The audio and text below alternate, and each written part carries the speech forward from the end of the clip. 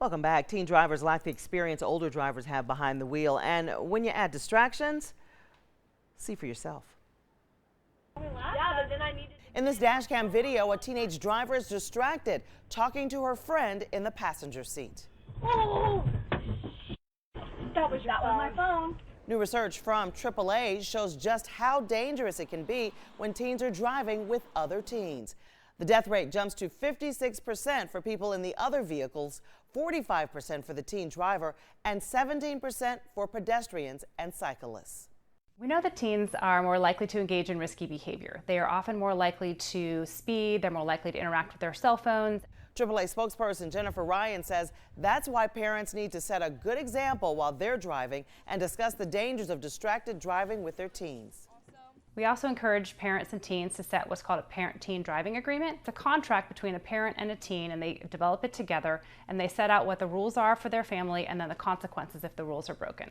Ryan has a daughter who just received her learner's permit. 16-year-old Natalie says when she's a passenger and another teen is behind the wheel, she follows the rules her mom laid out. Before we got in the car, I made sure that my friend knew to put her phone away. Everyone knew to put on their seatbelts. We didn't blast any music. AAA recommends once teens have a license, parents limit passengers to just one other teen for the first 6 months of driving.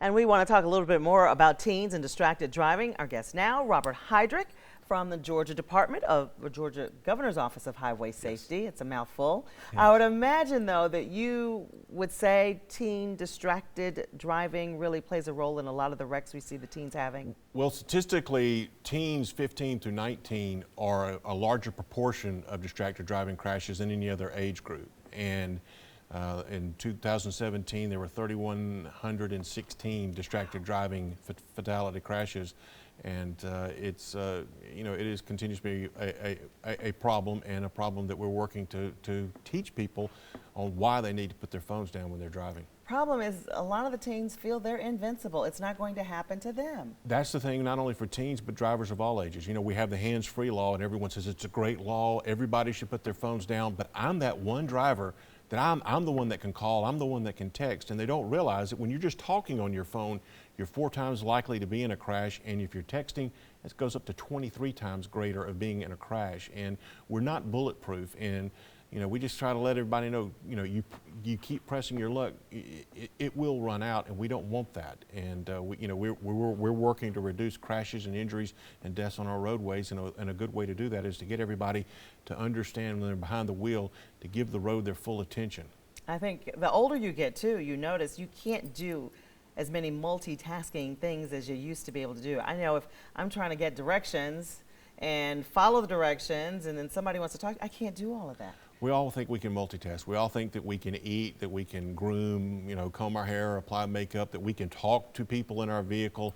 Those are all distractions. Of course, the big thing that is the most thing that distracts you the longest from driving is an electronic device, a phone.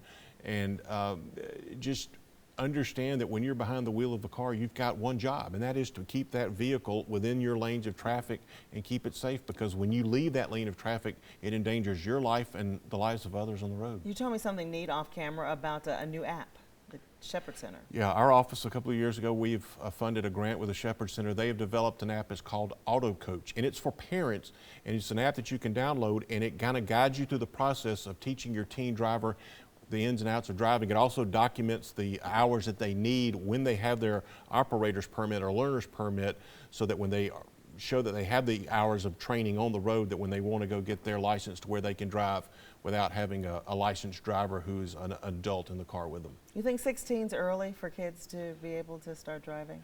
I think that 16, personally, we at the Governor's Office of Highway Safety, we don't, offer opinions on issues like that.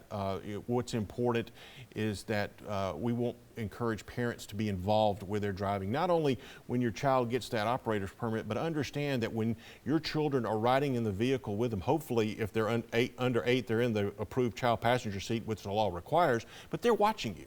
And when they see you driving and you're texting and you're not wearing your seatbelt, when they're driving, what do you think they're going to do? They're going to learn from you. So be the role model for your child by doing what you would want them to do when you hand them the keys and they go out on the road when they become of age to drive. I think some very great points. Thank you so much for joining us to talk about that. Thank you. And we want to thank all of our guests for joining us this morning. We'd love for you to join in on the conversation, or if you have a topic you'd like to see us cover, let us know. Send an email to publicaffairs@cbs46.com. And be sure to like us on Facebook. Have a terrific week, everybody.